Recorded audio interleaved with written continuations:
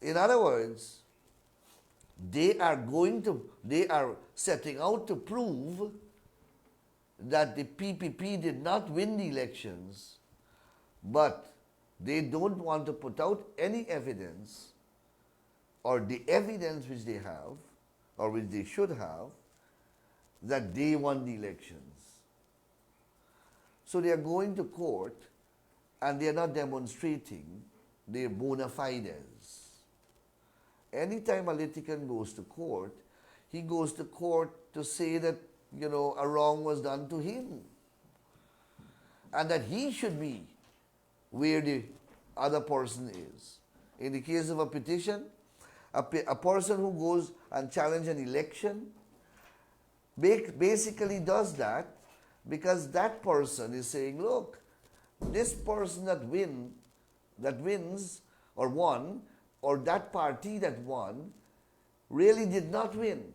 I won. And this is the evidence that I have to say that I won.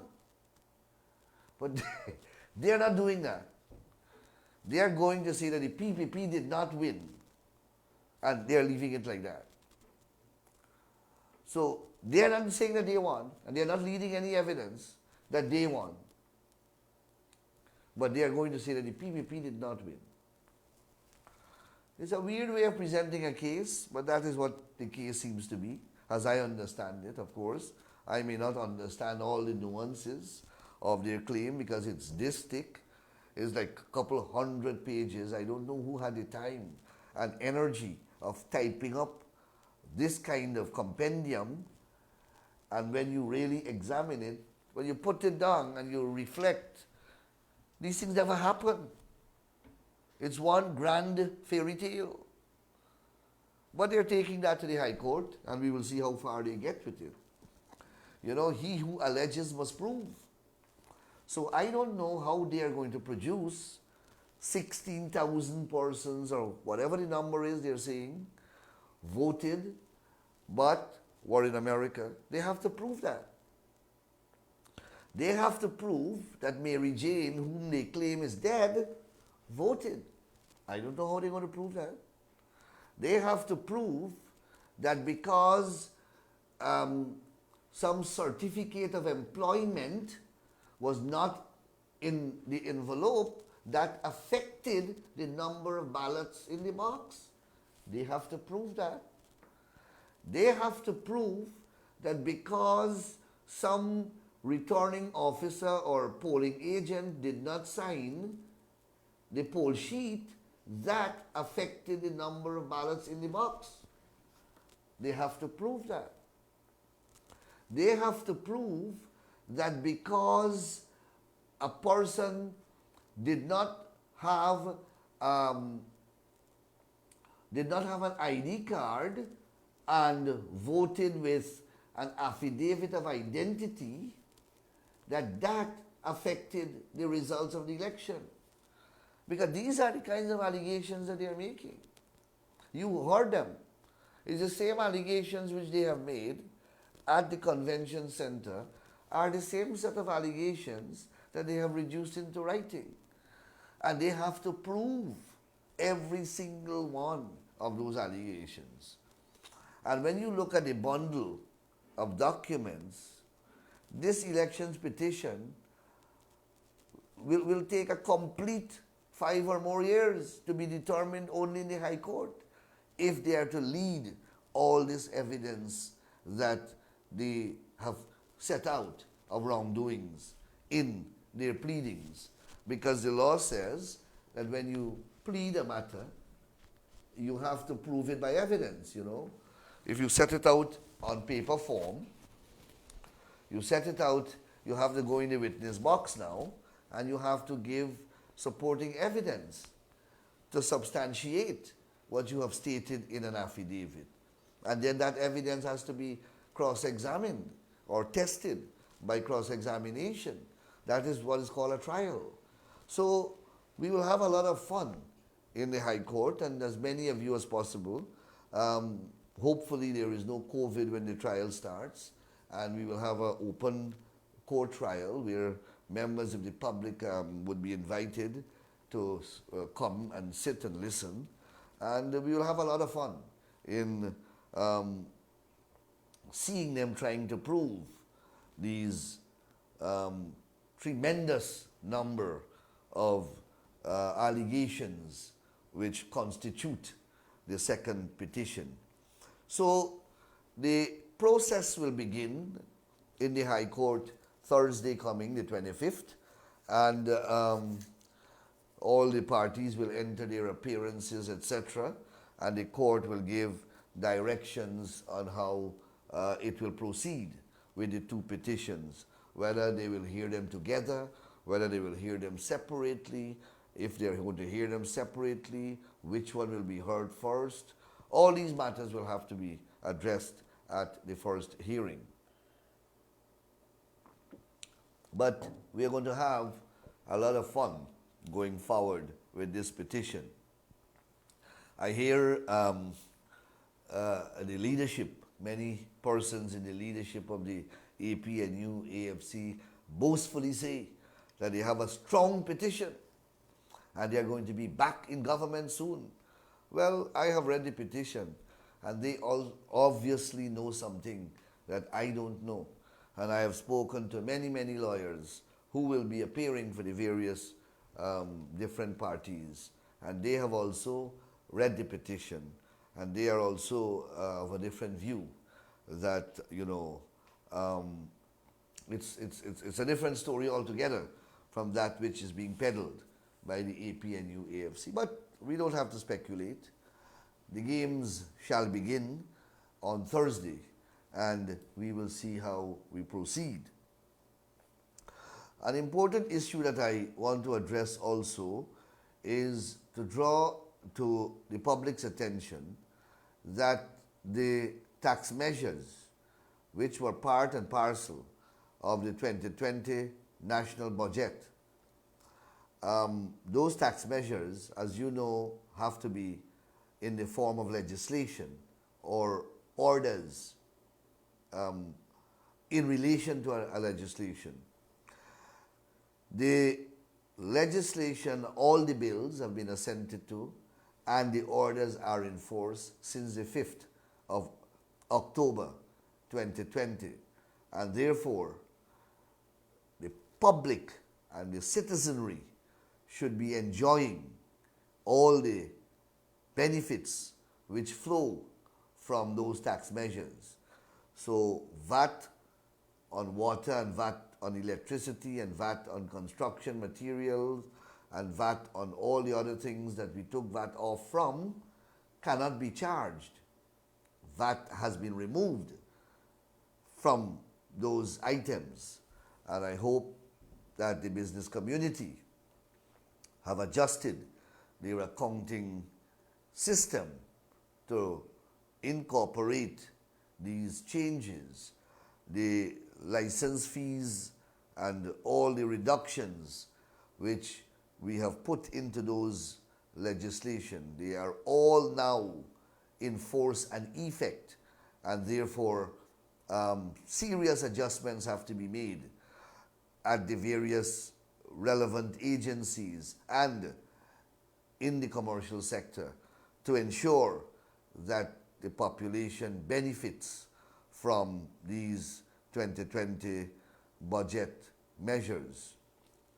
I just wanted to confirm that they are all in force, and people now going to the shops and going to the stores should not be paying the rate of taxes that they were paying prior to the budget. We have spoken a lot, the government that is, has spoken a lot about the review which is ongoing in relation to the massive giveaway of state lands at NISIL and at Lands and Surveys. That review of transactions, or those reviews of transactions, are still continuing. And you will hear in due course, through press statements, etc., on where we are and the steps that will be taken.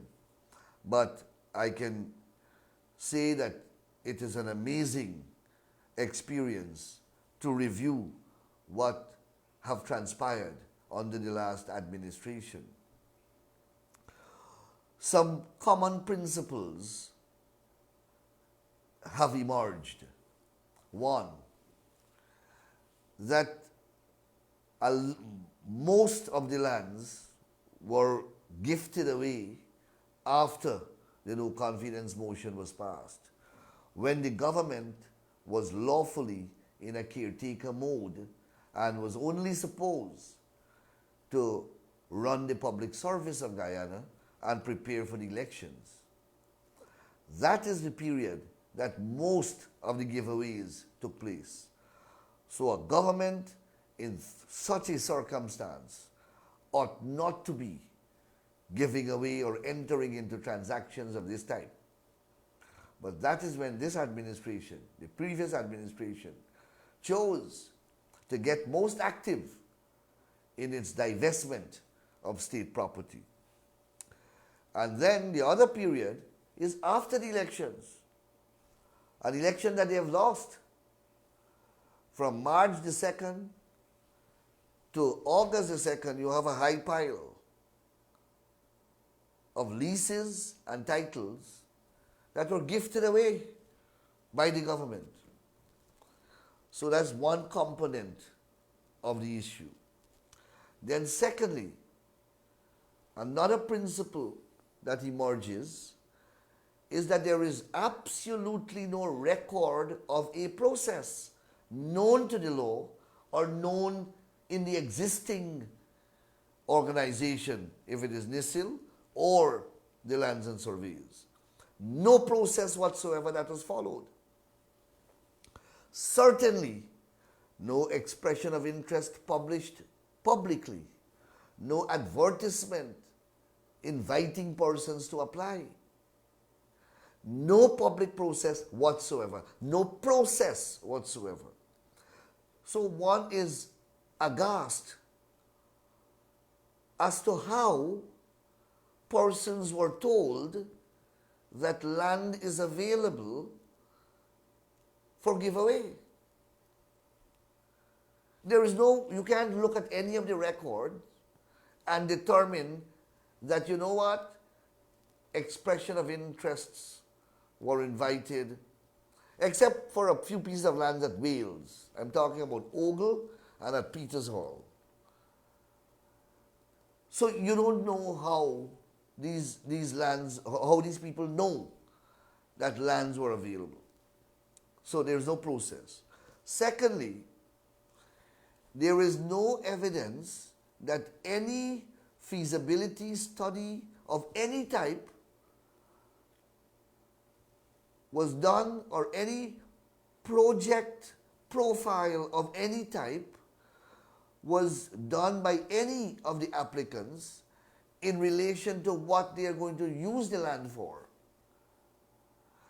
So there is no evidence that persons came in and said, look, I want 10 acres of land, I'm going to develop it for agricultural purposes, I'm going to plant hemp, I'm going to plant split peas or black eye, and I'll provide 100 jobs.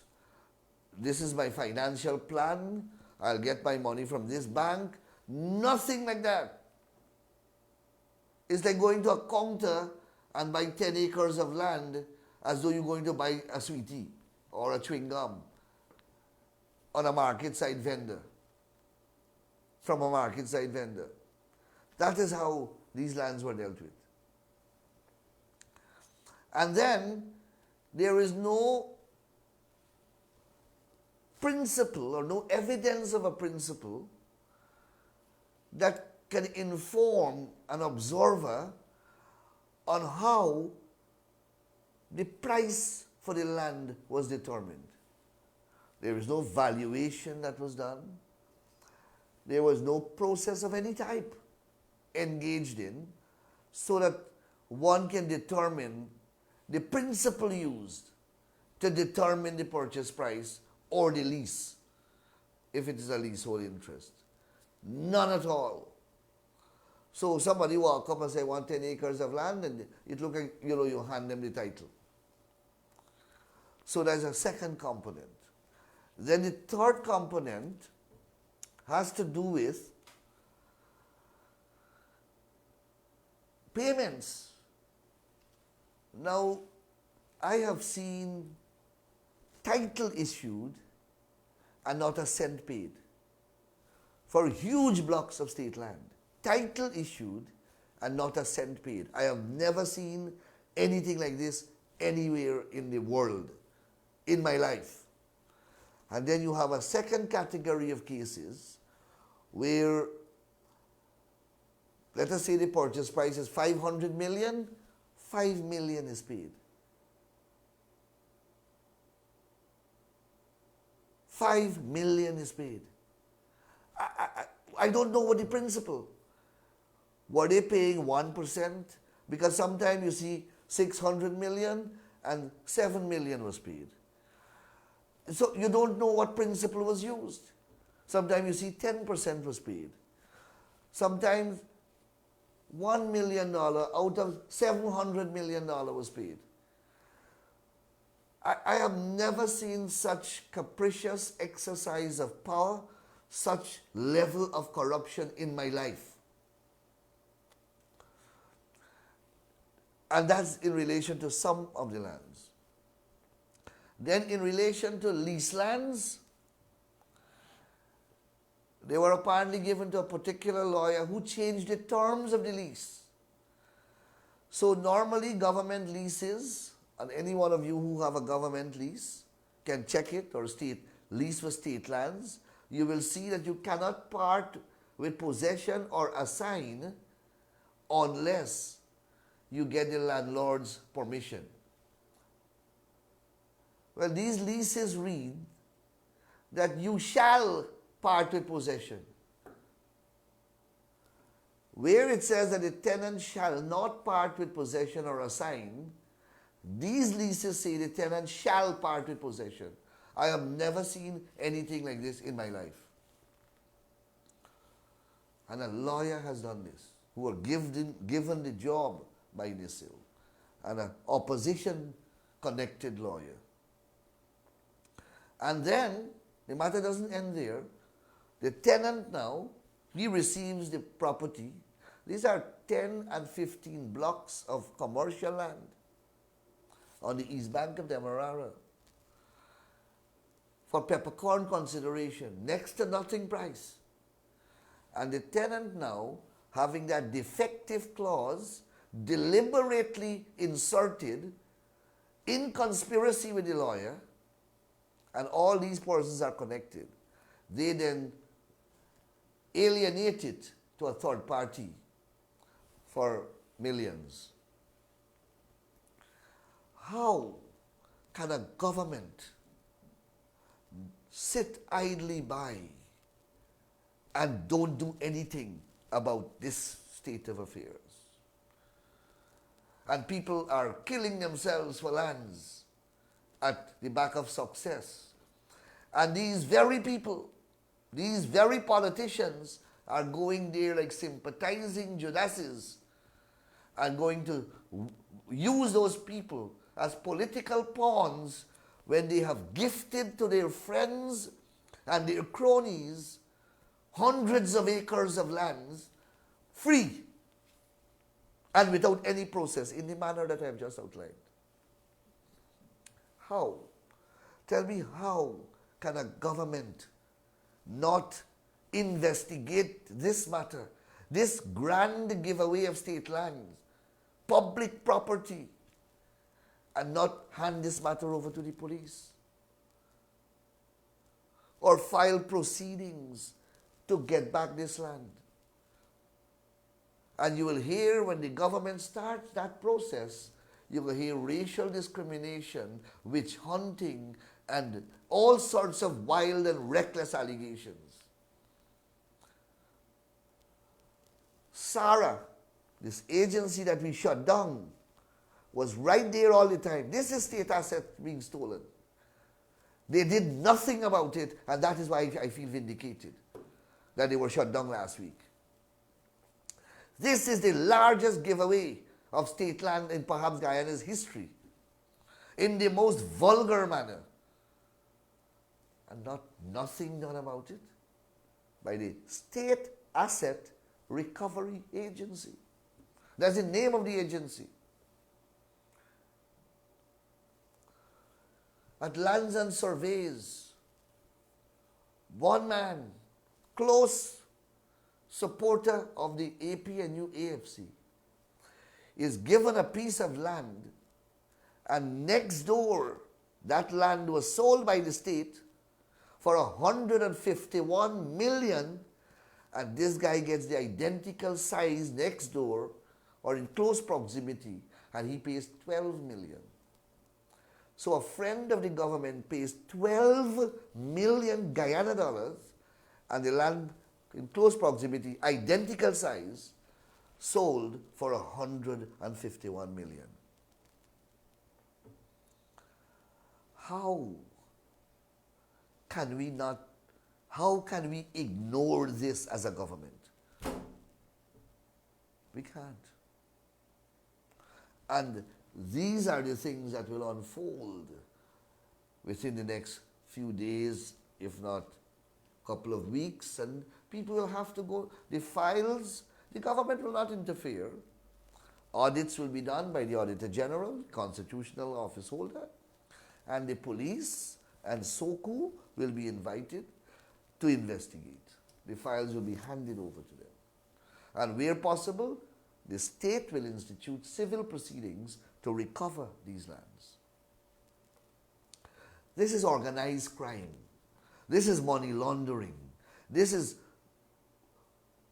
50 to 60 different type of criminal offenses involved here, and civil wrongs. The state has a duty to ensure that these lands go back into the state's ownership, and a proper mechanism. Now, people who are interested in these lands will get them, but there must be a process, there must be participation in that process, and there must be principles governing the process. You must know the value of the land. You must, persons must get equal opportunity to participate in seeking to acquire this land or these lands. And the process must be transparent. So we are dealing with that. And you will hear a lot more about that in the public domain in due course. I want to, let me just add here quickly that a lot of persons and companies, I suppose decent ones, realizing that the state will react, have made contact with the relevant agencies and have given back the lands, signed papers, cancelling whatever it is that they got, and are prepared to await until a new transparent process unfolds through which they can participate and benefit. Perhaps get back the very same land, but at an appropriate price and through an approved, civilized, fair, and transparent process. That's all we are saying. That's all we want. So that the state property is protected and it's sold, the state gets the best possible price for the land, having regard to the developmental use, etc., to which it will be put. Right now, the lands have been given away and we don't know, no one knows what are they going to be used for. There is no zoning policy, there is no indication that this area will be an industrial area, this one will be a commercial area, nothing at all. Nothing at all. These lands have not even been surveyed. I don't know how they know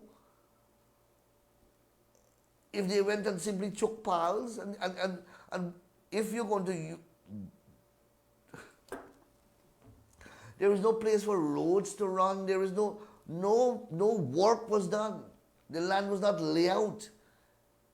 The place is not ready for allocation. So I don't know what was the game plan. This is the height of incompetence and corruption. You can't just give out land. How some of these lands, they're not accessible without walking on another piece of land owned by someone else. And the purchasers as well as those who gifted the land away, apparently they didn't address their minds to that. So a lot of work has to be done before you reach the stage of allocation. But we have to now try to get back these lands before we move forward. And the other issue that I want to speak about is that I read this report. This is the Stabroek newspaper. The RSS report says, police competent to complete probe into murders. This is the RSS report. This is the report of the regional body, the CARICOM Regional Security System. And hidden in this report is a statement that I want to highlight. And you can go and read it for yourself. It says this.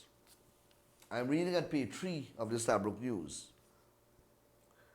During its visit, the team interviewed, as a team, the RSS team, interviewed the relatives of the deceased. That's the relatives of the Henry family. Interviewed the relatives of the deceased. One of the relatives referenced a politically exposed person who communicated with the family and requested of them to lie and say that the murders were politically influenced, and in return they will be looked after. A finding in the report says, which was shared with this newspaper. Let me read again. During the visit, the team, that's the RSS team, interviewed the relatives of the deceased. And then quote, they're quoting now from the report. One of the relatives referenced a politically exposed person who communicated with the family, that's the Henry family, and requested of them to lie and say that the murders were politically influenced, and in return that they will be looked after. Now, who will do such a thing?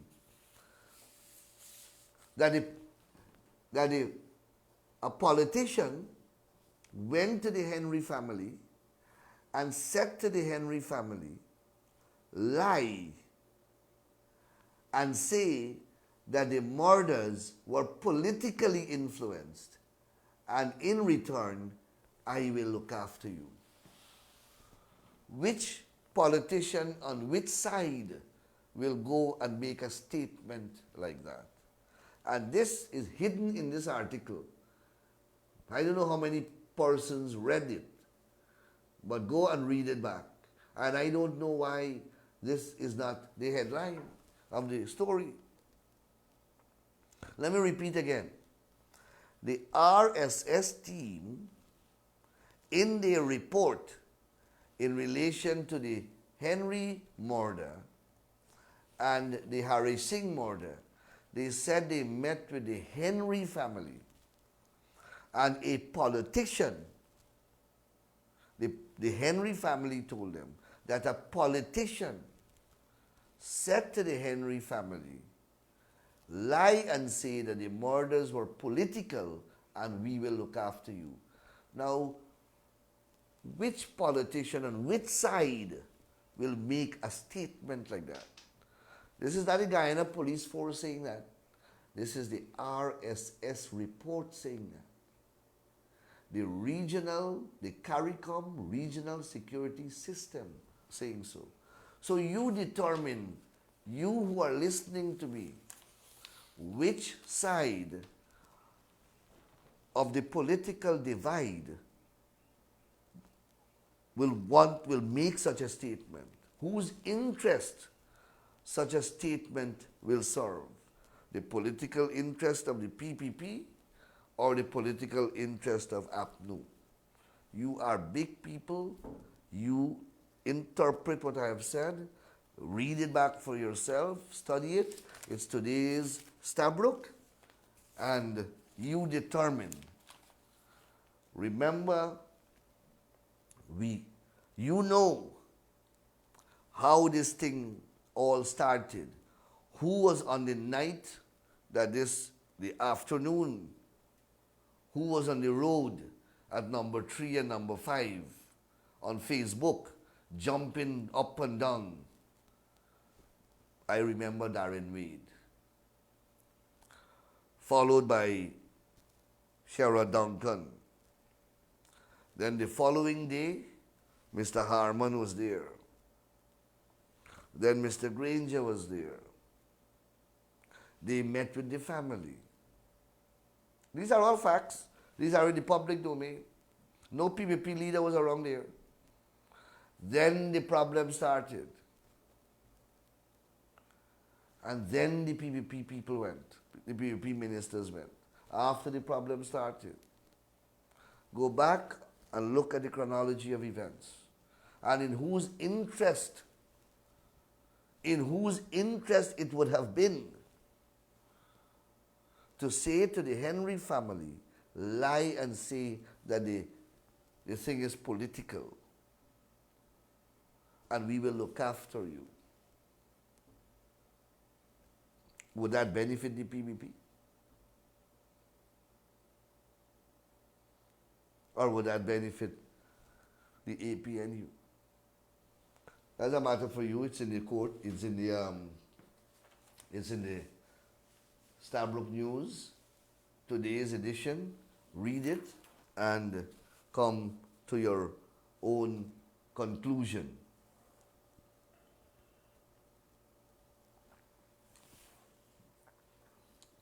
The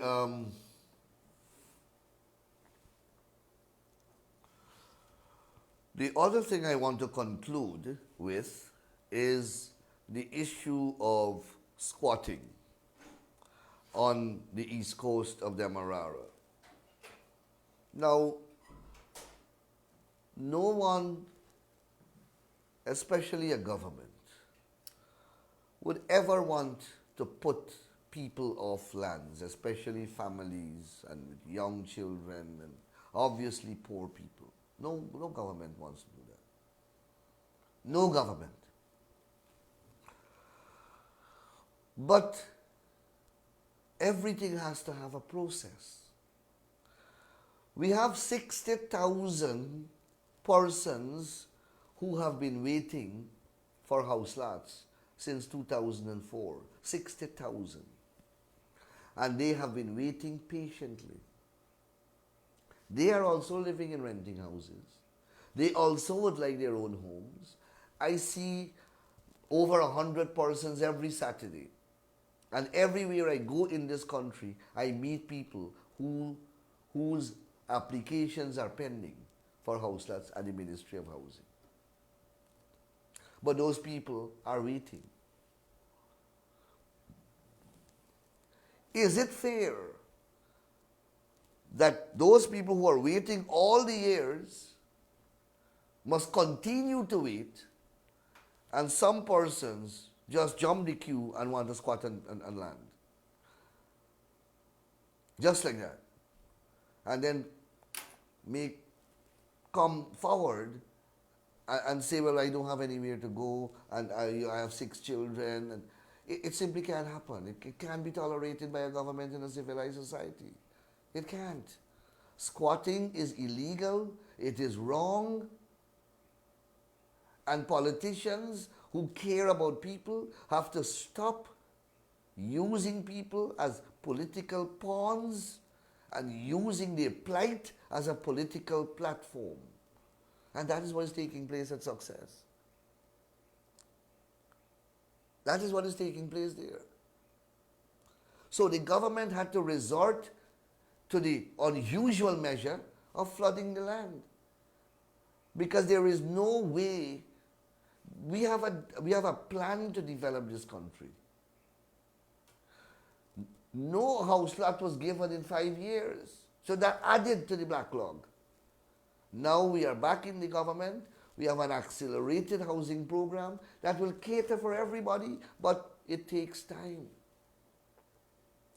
And government is not a popularity contest. There are harsh decisions that have to be made by governments all over the world. That is the cost of being in government.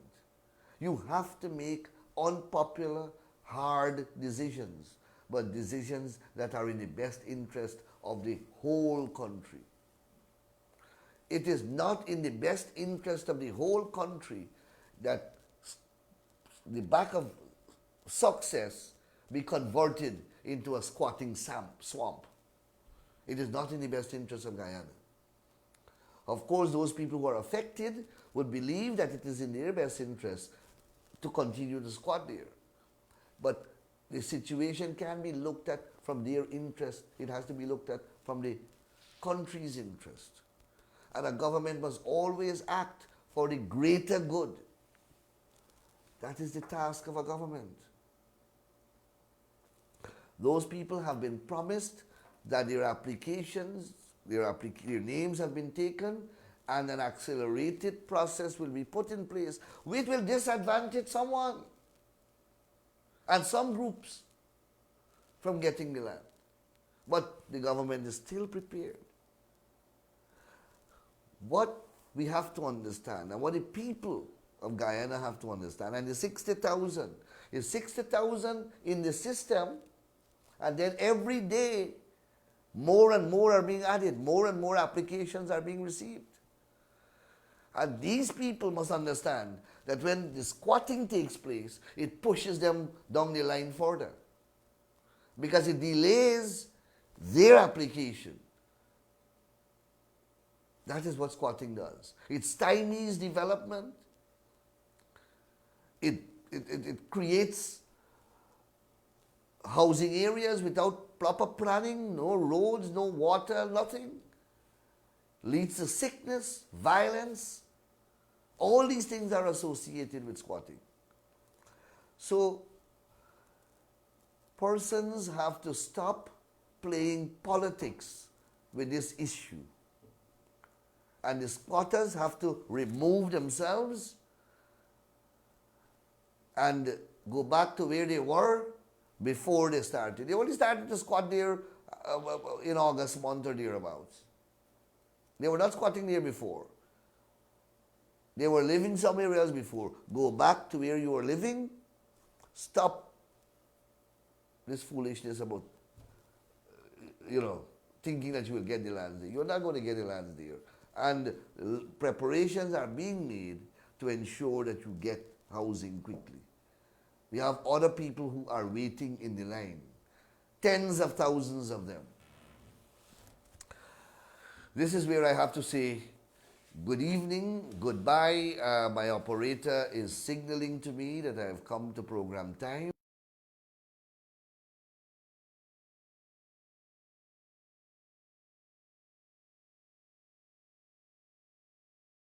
I'm not following the time, but I am out of time now, so I want to thank you very much, and I want to invite you to join with me next week as we continue this program. Thank you very much.